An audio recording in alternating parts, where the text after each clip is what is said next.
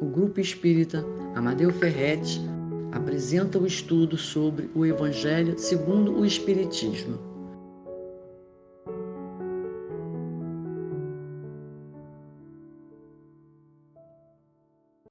Olá, queridos amigos do Grupo Espírita Amadeu Ferretti. É com muita alegria e carinho que aqui estamos para dividir com vocês mais essa oportunidade de estudos e de reflexões à luz da doutrina espírita sobre o Evangelho de Jesus. Mas antes de adentrarmos ao nosso tema, convido a vocês a elevar o nosso pensamento até Deus, rogando ao Pai que seja conosco nesse instante, a fim de que possamos, Senhor, aproveitar tudo aquilo que será trazido para nós nesta oportunidade. Que a sua misericórdia possa se estender aos corações necessitados, aflitos, de todos aqueles, Pai, de todos nós que precisamos da luz do seu Evangelho para iluminar os nossos passos, a fim de que não mais nos iludamos com os atalhos do caminho e passemos a marchar de forma definitiva para junto de Ti, para junto do Teu amor. Se conosco, Senhor, hoje, agora e sempre. Que assim seja, graças a Deus. Então, queridos irmãos, hoje o nosso estudo é intitulado Os Bons Espíritas. Ele está pautado lá no Evangelho segundo o Espiritismo, no capítulo 7, no item 4. Também intitulado Os Bons Espíritas, né? E então, assim, eu recomendo, né, a leitura integral deste capítulo, deste item, porque ele é de fundamental importância e vai fazer todo o sentido com as nossas reflexões, para que a gente possa consolidar esses ensinamentos dentro de cada um de nós. Então vamos lá. Esse capítulo do Evangelho é o objeto do nosso estudo nessa oportunidade. Ele está contido num capítulo intitulado Sedes Perfeitos. E o item 4, que é justamente o tema do nosso estudo, os bons espíritas, não por acaso. Ele vem logo após um outro estudo fundamental para todos nós que nos dizemos espíritas, que é o conceito ou aquilo que a doutrina espírita entende como o homem de bem. Então tem todos aqueles 19 preceitos que são colocados nesse capítulo, mas que a gente pode resumir numa única frase: que o verdadeiro homem de bem é o que cumpre a lei de justiça, de amor e de caridade na sua maior pureza. Então daí a gente ressaltar a importância da gente ler esse capítulo mais uma vez, para que esses ensinamentos vão se consolidando em nós. Então, conseguimos entender, por que esses dois temas de suma importância foram colocados um após o outro. Não tem como sermos bons espíritas se já não estamos no propósito de sermos verdadeiros homens de bem. Pois, segundo a espiritualidade superior, reconhece o verdadeiro espírita pela sua transformação moral e pelos esforços que emprega para domar suas más inclinações. Por isso, Kardec afirmar que o verdadeiro espírita e o verdadeiro cristão são, na verdade, a mesma coisa. Então, o espírita aqui, o verdadeiro espírita, segundo essa concepção de Kardec, é o sinônimo de verdadeiro cristão. Não tem como sermos verdadeiro espírita se não formos os verdadeiros cristãos. E não tem como ser verdadeiro cristão se nós não formos verdadeiramente espíritas. O espiritismo não cria uma nova moral, mas o que ele nos permite? Ele facilita aos homens a compreensão e a prática da moral do Cristo, ao dar uma fé sólida, esclarecida àqueles que duvidavam ou que vacilava na sua própria fé. Assim, meus irmãos, nesses 2 itens encontramos o resumo da proposta espírita, que é, em verdade, a transformação moral do indivíduo, que passa necessariamente pelo conhecimento de si mesmo, que nos dará condições de cumprir a lei de justiça, de amor e de caridade.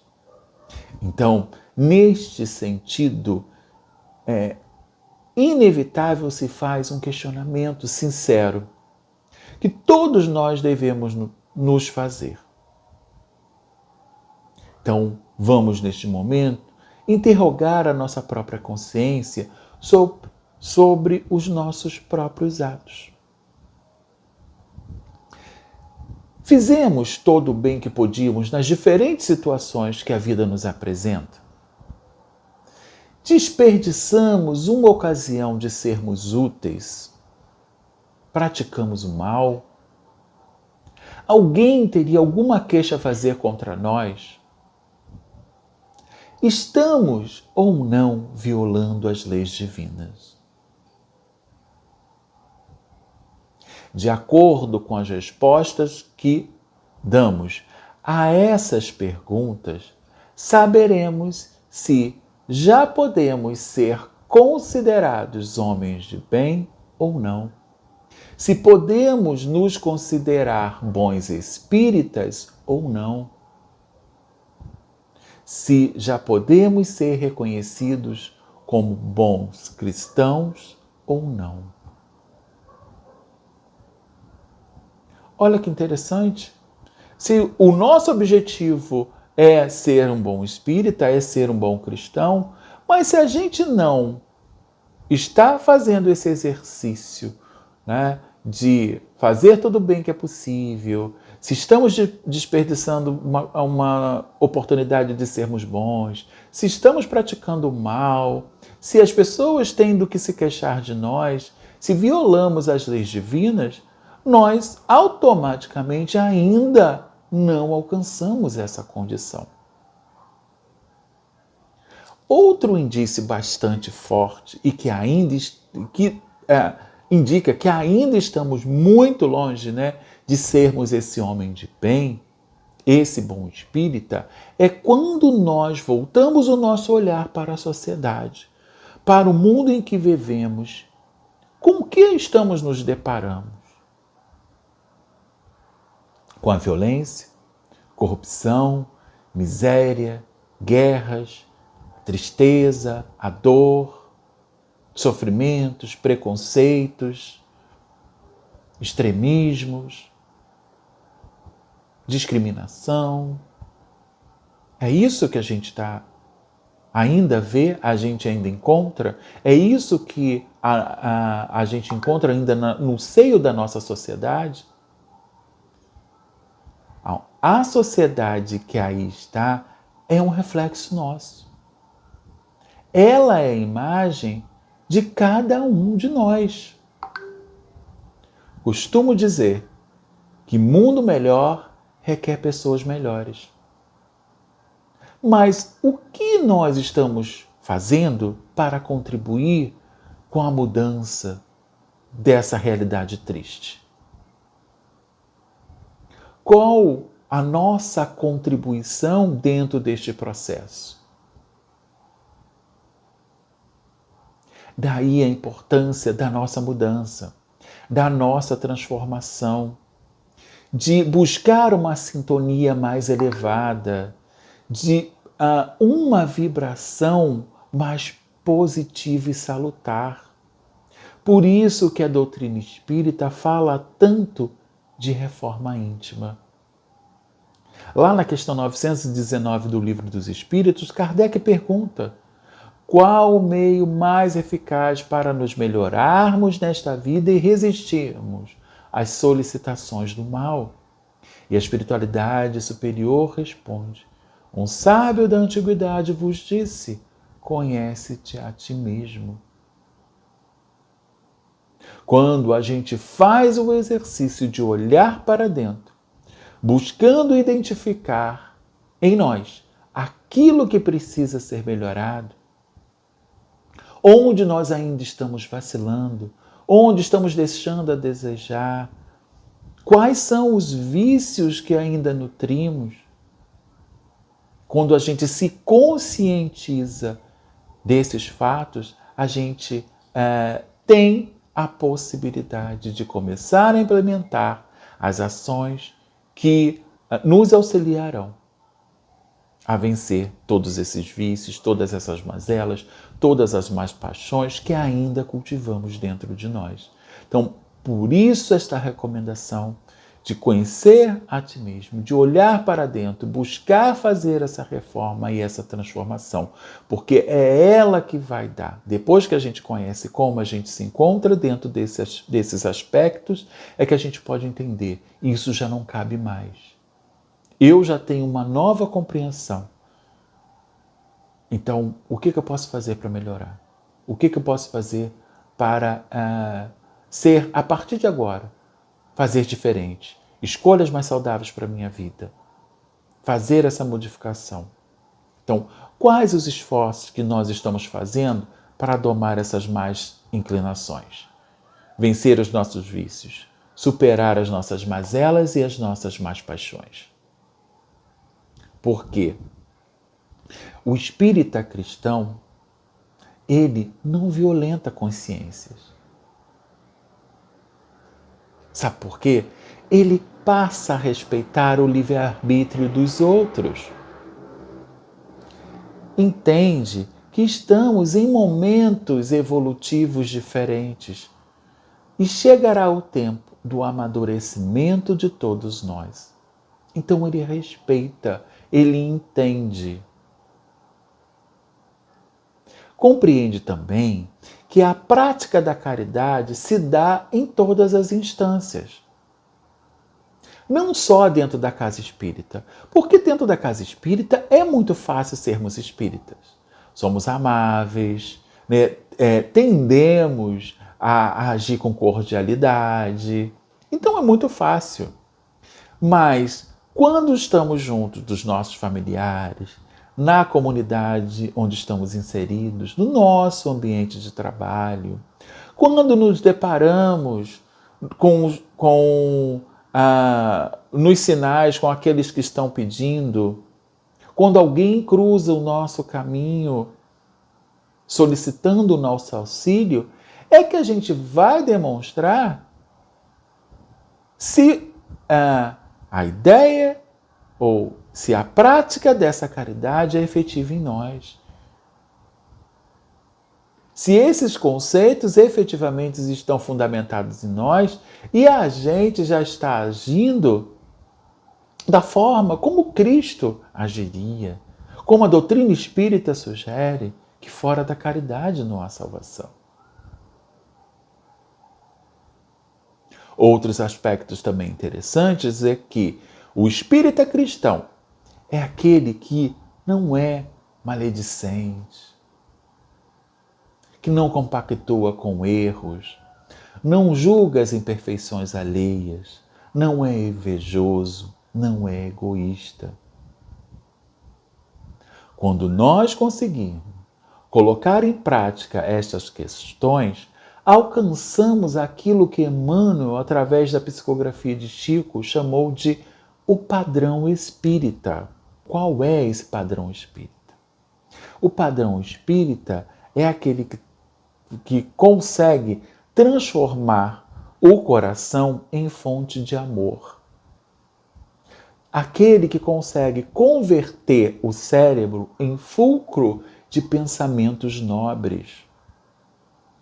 Aquele que consegue transformar os olhos em mananciais de compreensão. Aquele que consegue transfigurar os ouvidos em depósito de bondade.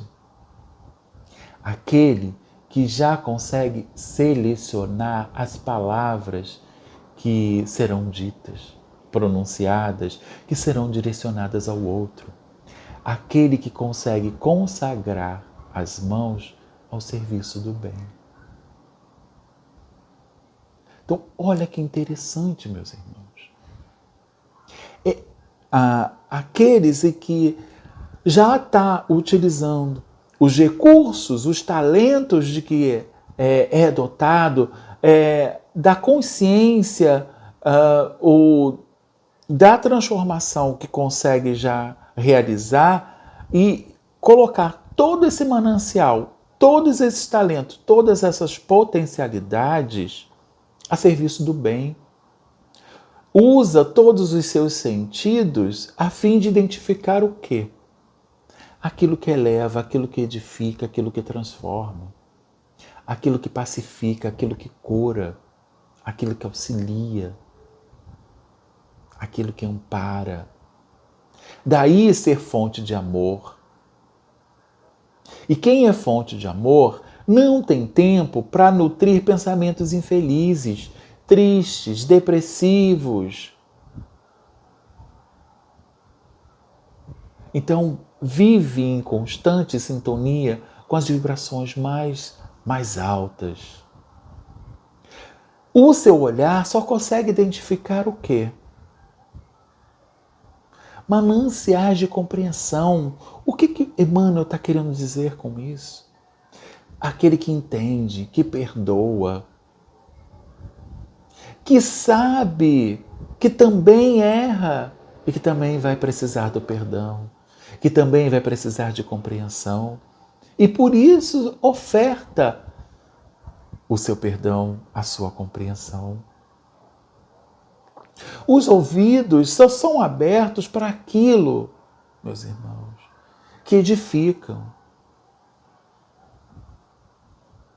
Então, assim, se não vai fazer bem, se não está direcionado para elevar, para elogiar ou para ressaltar a qualidade de alguém,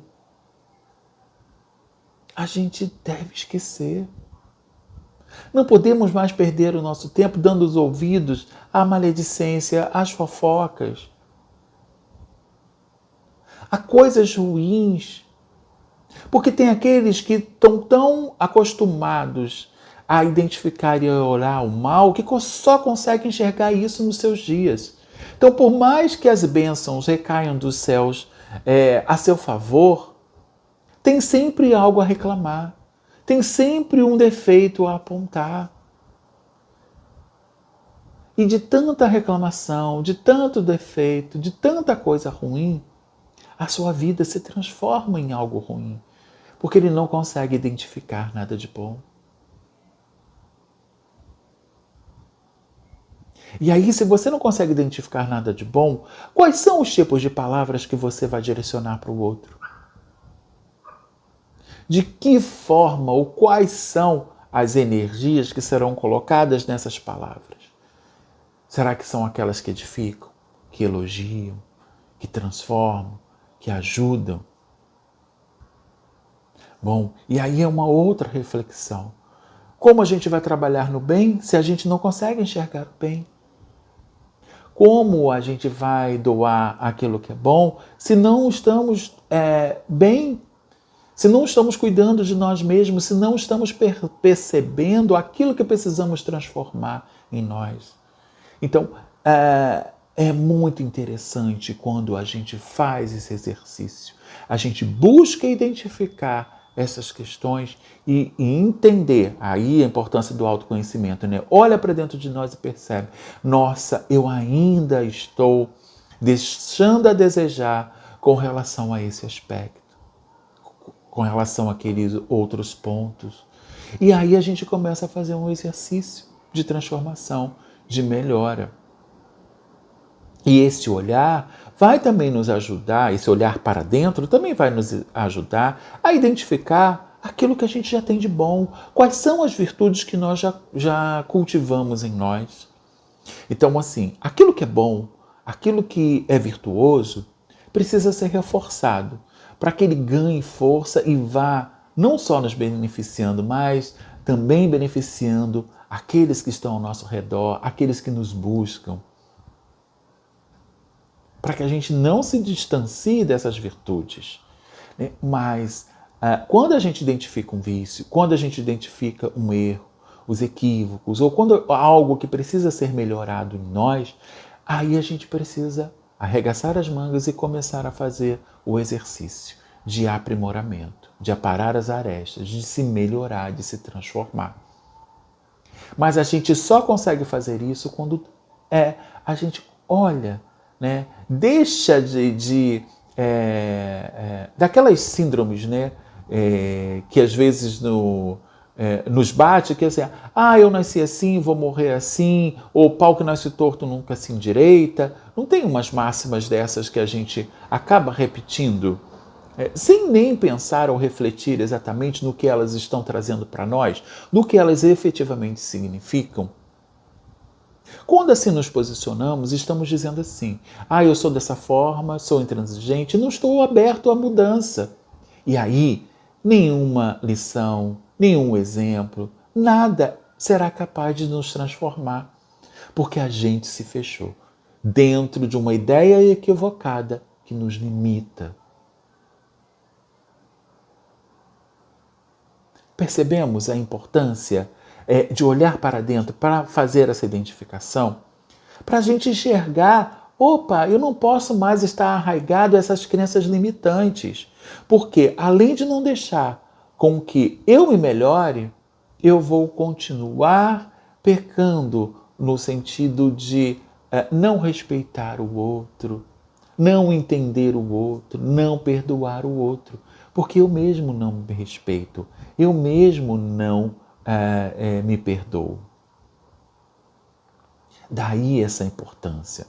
Então Kardec, lá na Gênesis, no capítulo 15, o item 28, ele fala assim: os sinceros adeptos do Espiritismo não são os que se sentem tocados pela observação de fenômenos extraordinários. Porque tem aqueles que só estão buscando os fenômenos.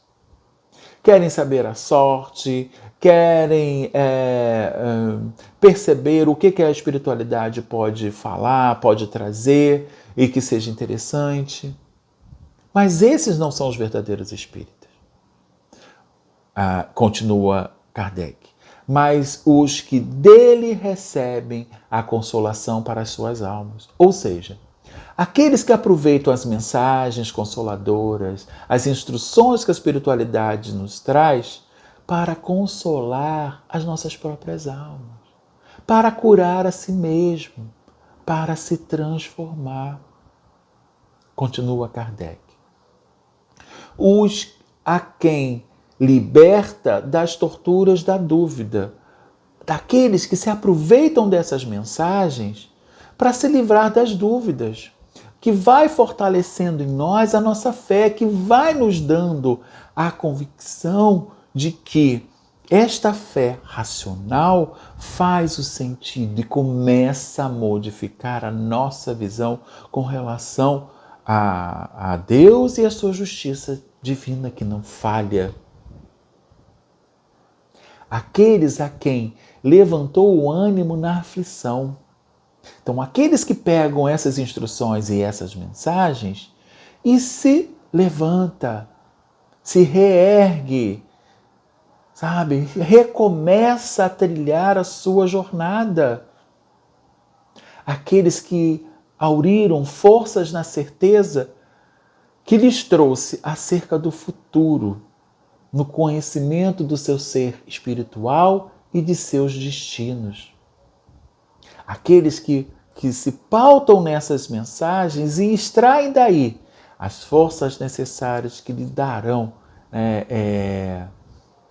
a certeza de que um futuro vindouro, melhor, está sendo preparado para cada um de nós.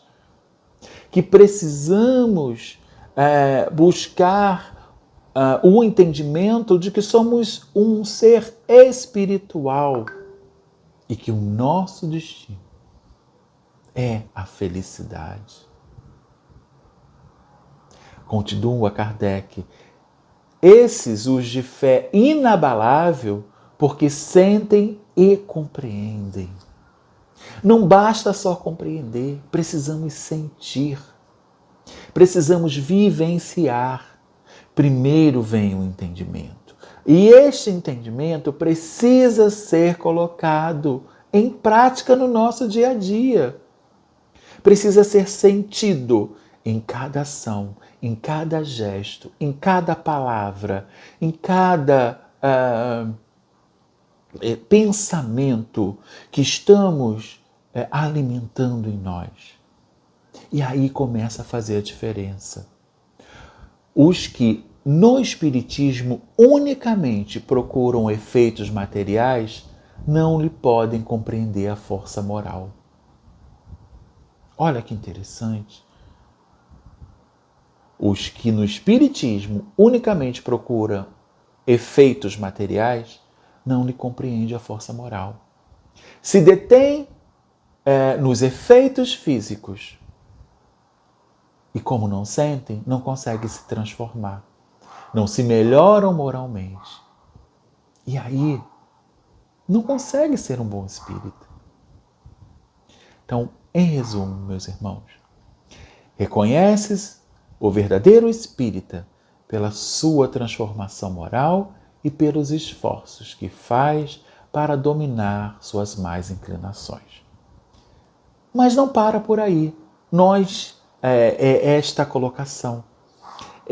Existe uma complementação que a gente não dá muita importância. Mas olha só o que ela nos diz. Continuando esta frase. Enquanto um se compraz no horizonte limitado, restrito, apenas nos efeitos materiais, o outro, que compreende a existência de alguma coisa melhor, esforça-se para se libertar e sempre o consegue quando dispõe de uma vontade firme. Olha que interessante. O bom espírita, portanto, é aquele que não se contenta nunca com o horizonte em que se encontra, com a sua zona de conforto. Pois já entendeu que há sempre alguma coisa para a gente descobrir, há sempre uma nova conquista a fazer, há sempre um novo caminho para desbravar, no infinito da criação divina, na imensidão da misericórdia do Pai, de amor, de justiça.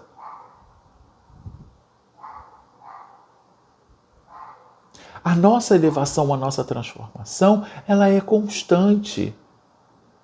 Mas se a gente acha que já aprendeu tudo, se a gente acha que já está tudo certo, a gente não consegue sair do lugar. A gente estaciona e aí é o grande erro.